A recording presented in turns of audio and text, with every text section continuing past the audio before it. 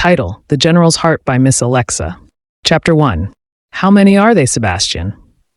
Director General Cagney's voice echoed in the room, directed towards her loyal butler, Sebastian.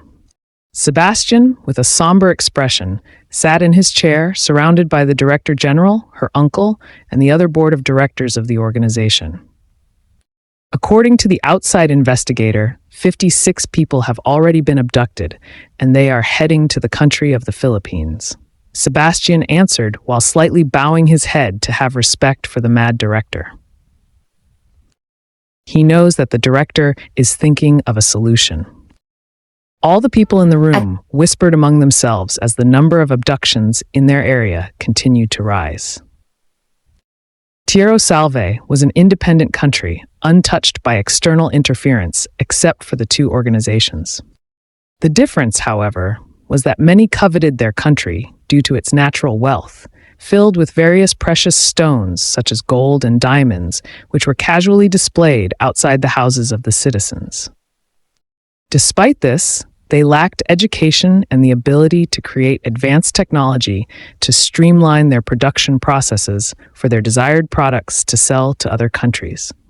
Director General Cagney's face darkened further as she processed Sebastian's report. Her fingers tapped rhythmically on the polished surface of the table. She turned to her uncle, a seasoned diplomat known for his astute negotiations, and spoke in a low but commanding voice. "Uncle Marco, we need to act swiftly. The lives of these people and the stability of Tierra Salve are at stake." Uncle Marco nodded gravely. "We must engage in dialogue immediately with the abductors. We need to understand their demands and motivations," he suggested, his years of diplomatic experience guiding his words. Meanwhile, the board of directors exchanged worried glances. They knew that this crisis could escalate rapidly if not handled with precision. One of the directors, a strategist known for her analytical mind, spoke up. "We also need to consider our options for intervention. Perhaps reaching out to neighboring countries or international organizations for support could strengthen our position." Director General Cagney absorbed these inputs, her mind racing with strategies and plans of action. "Sebastian contacted our intelligence network. I want to know everything about these abductors, their backgrounds, and any possible connections," she instructed. Sebastian, ever the loyal and efficient butler, nodded briskly and left the room to carry out his orders. But before Sebastian left, she had already decided that if no one took action, she would do it herself. This issue has been circulating for almost 5 years, but no one ever dares to solve it, even the government of Tierra Salve. "Uncle," she called to her uncle as they exited the organization building. "Let's talk when we get home.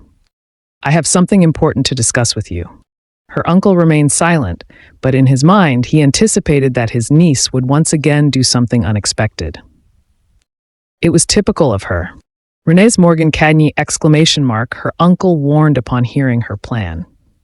He used her full name to express his anger. She gave him a look before sighing. "I cannot just sit there while our people are being abducted to a foreign country, Uncle. Besides, our plans always come to a halt because of the Prime Minister's decisions. He is always stopping us from taking action because he is a goddamn coward." Her uncle remained silent, well aware of the Prime Minister's character. He was afraid of drawing attention to their country, so he was cautious, even though their people were being turned into a source of slavery.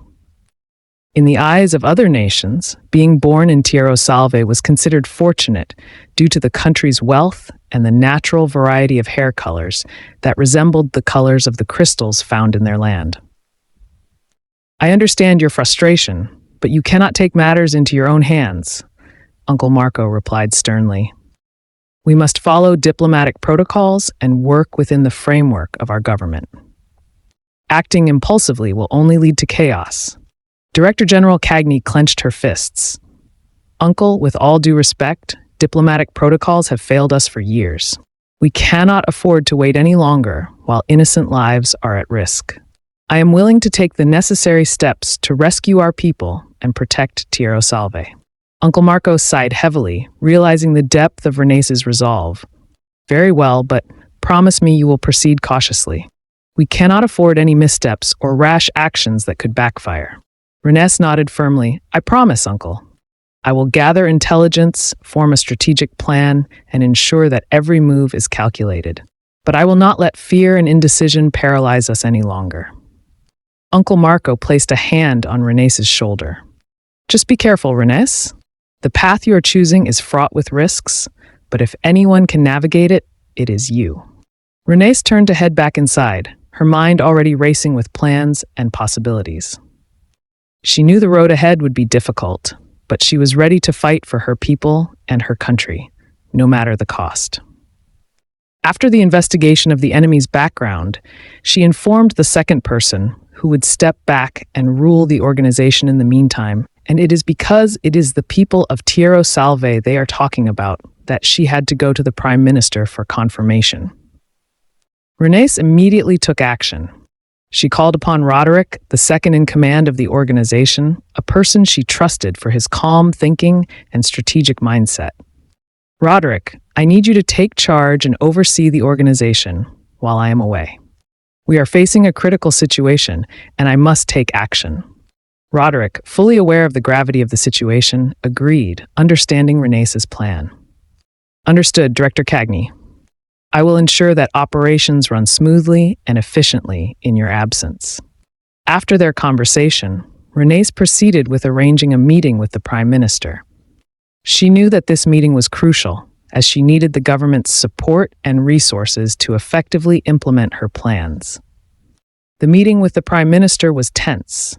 Renesse presented the gathered intelligence on the abductors, emphasizing the imminent threat to Tierra Salve and its people.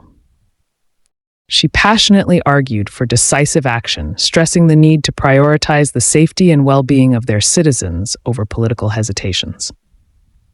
At first, the Prime Minister hesitated, expressing his concerns. Renesse, I understand your worries, but we must proceed with caution. Any mistake could have serious consequences for our nation. Renesse stood her ground. Prime Minister, we cannot afford to be passive in the face of such terrible acts. Our people depend on us to protect them.